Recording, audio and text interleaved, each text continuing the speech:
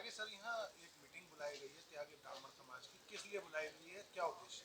इस बात के लिए बुलाई गई है कि श्रीकांत त्यागी को न्याय मिलना चाहिए। न्याय का मेरे कहने का मतलब ये है कि you can not make a hill out of a mole. एक राई का पहाड़ नहीं बना सकते। श्रीकांत त्यागी ने गलतियां की होंगी, लेकिन वो गलतियां इतनी बड़ी गलतियां नहीं है कि उसके ऊपर गुंडा एक्ट लगे या उसे चैनल्स के अंदर एक मीडिया ट्रायल का सामना करना पड़े। देखिए, मैं बताना चाहता हूँ, TV9 भारतवर्ष एक इंटरनेशनल चैनल है और वर्ल्ड की न्यूज़ दिखाने में नंबर 1 है। अक्सर मुझे इसके ऊपर आने का अवसर प्राप्त हुआ है, लेकिन क्या आवश्यकता है कि TV9 पिछले 4 दिन से इस नेशनल न्यूज़ के ऊपर, वो भी रीजनल न्यूज़ के ऊपर, वो भी एक सिटी न्यूज़ के ऊपर इतना फोकस कर रहा है। कभी कभी ऐसा लगता है कि TRP या जूसी न्यूज़ को बढ़ाने के लिए चैनल्स भी न्याय की दृष्टि से अलग हो जाते हैं। सर, क्या ये उनकी चूक नहीं कही जा सकती कि त्यागी जी को उसी दिन थाने में जाके पेश होना चाहिए था, इस तरीके से भागना नहीं चाहिए था? हाँ, बिल्कुल ठीक है, बिल्कुल ठीक है, होना चाहिए था। लेकिन पहले ही दिन अगर इसको इतना ना बढ़ाया गया होता तो वो ऐसा करता भी। और अगर ये चूक है तो ये चूक गुंडा एक्ट को वारंट नहीं करती। अगर किसी पर गुंडा एक्ट लग जाता है तो मीडिया उस पर अगर खबर चलाता है तो उस पर आपत्ति नहीं होनी चाहिए, बल्कि पुलिस पर सवाल उठाने चाहिए। उसी पार्टी के कार्यकर्ता आप बता रहे हैं कि श्रीकांत त्यागी हैं, तो पार्टी पर सवाल उठाने चाहिए। ऐसे में मीडिया पर सवाल उठाना कहाँ तक? नहीं, मुझे नहीं मालूम कि वो भारतीय जनता पार्टी के मेंबर हैं या मेंबर नहीं है। मेरा तो ये कहना है कि किसी चैनल को किसी चीज़ों को पूरी तरह समझने के बाद उसे ब्लो अप करना चाहिए, और ब्लो अप नहीं बल्कि जो नेचुरल है वही चीज़ सामने आनी चाहिए। मुझे ये बताइए, क्या उसने किसी का कत्ल किया? क्या उसने किसी को मारा, हाथ उठाया क्या? और जहाँ तक गाली देने की बात है, गाली कौन नहीं देता? कहीं पे भी, जहाँ पे भी लोग मिलते हैं आपस में, छोटी मोटी गाली जो है वो हो जाती है, वो गलती हो जाती है, उसके लिए मानते हैं। लेकिन उसके लिए गुंडा एक्ट लगा दिया जाए। अरे, जो हिंदुस्तान के खिलाफ बोल रहे हैं उनके ऊपर आप एक्ट नहीं लगा रहे। आप बहुत सारे लोग हैं जो देश विरोधी कार्रवाई कर रहे हैं, और तो और कश्मीर के ऐसे आदमी नहीं है जो कह रहे हैं कि चाइना अगर हिंदुस्तान में आ जाए तो अच्छा होगा। और जो पत्थरबाजों की वकालत कर रहे हैं उनके ऊपर गुंडा एक्ट नहीं लगना चाहिए। तो गुंडा एक्ट लगाना ये किसी एंगल से, by any stretch of imagination, it is wrong, it is unjustified. Thank you sir. जी, पहले आपका नाम परिचय जानना जी, चाहूंगा। मेरा नाम किस प्रकरण जी में ये प्रेस मीटिंग रखी गई है, हालांकि श्रीकांत त्यागी गिरफ्तार? जी देखिए, मेरा नाम राजकुमार त्यागी है, पूर्व महानगर अध्यक्ष हूँ त्यागी समाज का। और आज जो हम त्यागी समाज के जो बंधु इकट्ठे हुए हैं अपना पक्ष रखने के लिए श्रीकांत त्यागी के प्रकरण के विषय में, देखिए, हम लोग कोई भी व्यक्ति हो, किसी महिला का अपमान करे, गाली गलौज करे, हम उसका समर्थन नहीं करते हैं। हम श्रीकांत त्यागी के समर्थन में फिलहाल अभी आपके सामने प्रस्तुत नहीं हुए। अपना पक्ष सिर्फ इसलिए रखने कि अगर एक महिला के साथ दुर्व्यवहार हुआ है तो दूसरी महिला का भी अधिकार है कि उसके भी अधिकारों का हनन ना हो, क्योंकि वो भी उतना अधिकार रखती है। उसको आप एक महिला को 25 घंटे अवैध रूप से पुलिस थाने में बिठा के रखती है, तो ये भी पुलिस की मतलब जो कार्रवाई है वो बिल्कुल निंदनीय है। दूसरी बात यह है कि अगर उस पर पिछले मुकदमे थे तो आज तक पुलिस क्या कर रही थी? अगर 10, 12, 15 साल से मुकदमे थे तो आज ही सारे के सारे गड़े मुर्दे क्यों उखाड़े गए? इसके पीछे हो सकता है कि कोई राजनीतिक मंतव्य हो। हम इससे भी इत्तेफाक नहीं रखते कि श्रीकांत त्यागी किसी पार्टी को रिप्रेजेंट करता है या नहीं करता, या किसी आगे किसी पार्टी को रिप्रेजेंट करेगा, वो उसका व्यक्तिगत मामला है, वो किस पार्टी में राजनीति करेगा। हम लोग राजनीतिक पार्टी के आरोप प्रत्यारोप पर नहीं पड़ना चाहते, एक दूसरे पे एक आक्षेप लगाते हो। हम सिर्फ ये कहना चाहते हैं कि 4 दिन से एक मीडिया ट्रायल चल रहा है और एक व्यक्ति की वजह से हमारे पूरे समाज को गुंडा साबित करने के लिए नेशनल और इंटरनेशनल स्तर पर जो कि कार्रवाई चल रही है, हम इसको पूरा उसका पुरजोर विरोध करते हैं, उसकी निंदा करते हैं। और देखिए, कोई भी व्यक्ति, इतना बड़ा मामला नहीं है सोसाइटी में, जैसा कर्नल साहब ने बताया कि इतना सोसाइटी में, हर सोसाइटी में कुछ ना कुछ पक्ष होते हैं और इस तरह की एफआईआर भी दर्ज होती हैं और कहासुनी भी होती है।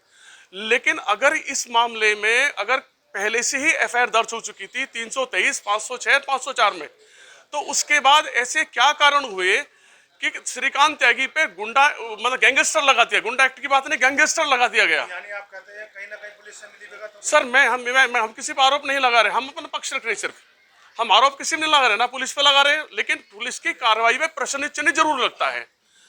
प्रशासनिक अधिकारी जो है उनकी कार्रवाई पे प्रश्न चिन्ह कहीं ना कहीं लगता है कि अगर आप एक तरफा कार्रवाई कर रहे हैं और रातों रात आपने 25,000 का इनाम बोल के उसको ऐसा कर दिया जैसे वो टेररिस्ट हो, इतना बड़ा उसने अपराध नहीं किया। देखिए, मेरा नाम देवेंद्र त्यागी है और मैं सर्व समाज महासंघ का संस्थापक हूँ, भारतीय किसान यूनियन भानु का राष्ट्रीय सह संयोजक हूँ और यहाँ एक समाज का प्रतिनिधित्व और समाज का भाईचारा हूँ।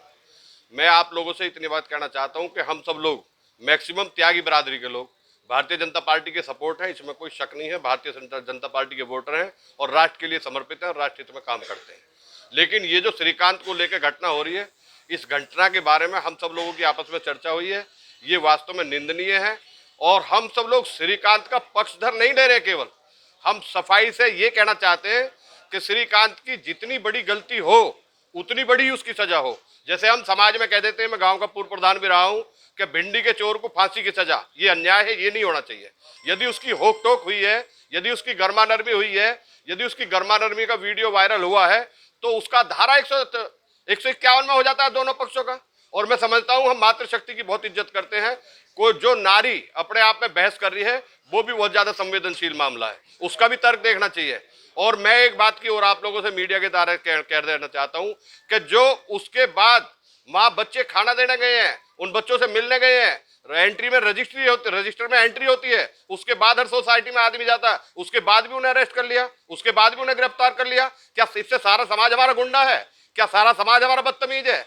मैं बिल्कुल खुले शब्दों में कहना चाहता हूं कि हमारा समाज बहुत ही प्रिय समाज है, देश प्रेमी समाज है और बहुत राष्ट्रहित का समाज है। लेकिन ये जो अन्याय हो रहा है इसके खिलाफ हम कोई रणनीति बनाएंगे और इसके खिलाफ आवाज उठाएंगे। इसलिए हमारी पूरी खुली चुनौती है कि केवल और केवल छोटी धाराओं में उसके साथ मुकदमा दर्ज करके उसके साथ न्याय करने का काम करें। जय हिंद, जय भारत। गाली गलौज किए थे उसके लिए कानून सम्मत कार्रवाई करी जाए।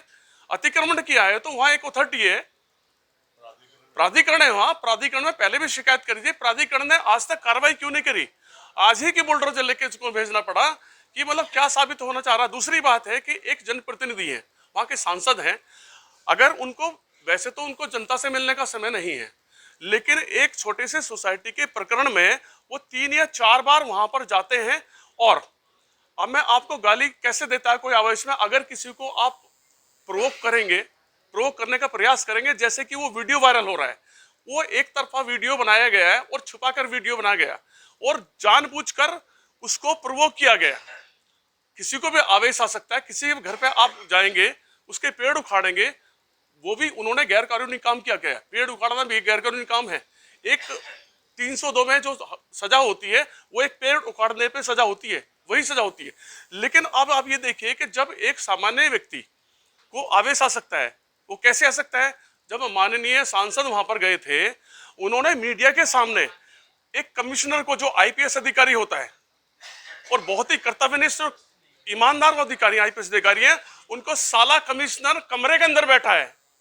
अगर ऐसे शब्दों का इस्तेमाल एक जनप्रतिनिधि जो पुराने अपने पिछले कार्यकाल में सांस्कृतिक मंत्रालय में रहे थे, उनके पास सांस्कृतिक मंत्रालय, क्या यह संस्कृति है? क्या यह सभ्यता है कि जनप्रतिनिधि इस तरह से आवेश में आके बात करे? ऐसा क्या अपराध कर दिया था?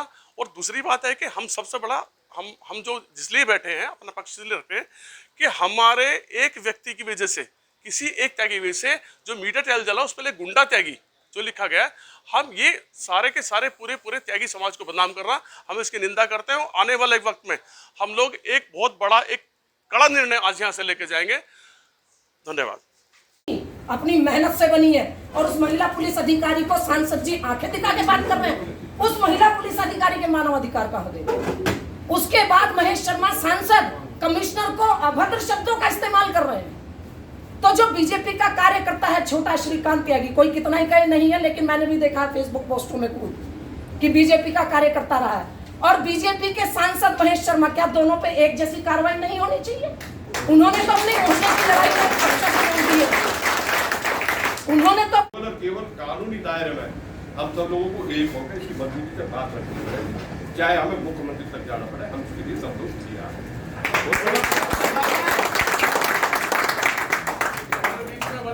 सीमा त्यागी जी, हमेशा हम लोग कहते हैं हम लोग एक नहीं है, हम लोग एक नहीं है और एक दूसरे वक्त लगाते, इस बात को आज के बाद करना छोड़ दे। हम लोग पहले एक थे, एक है और एक रहेंगे।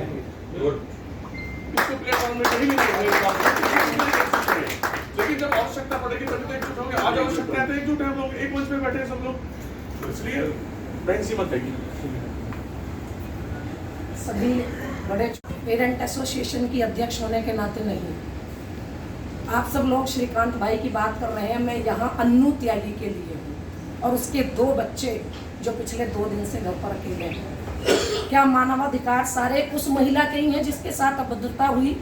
क्या मानवाधिकार उस माँ के नहीं है? और ये बात भाई साहब ने बिल्कुल सही कही कि कौन सी सोसाइटी में, कौन सी मोहल्ले में झगड़े नहीं होते, हर जगह होते हैं। पड़ोसियों में हर जगह झगड़े होते हैं, कभी नाली के ऊपर, कभी गाड़ी खड़ी करने के ऊपर, कभी बच्चों की लड़ाई के ऊपर। लेकिन क्या उन सब झगड़ों में पुलिस इतने तरीके से इन्वॉल्व होती है? ज़्यादा दिन पीछे जाने की जरूरत नहीं है। विक्रांत त्यागी जी के लिए हम कितना लड़े, किसी प्रशासन ने कुछ किया, किसी नेता ने कुछ किया? नहीं किया। इतने झगड़े होते हैं, इतनी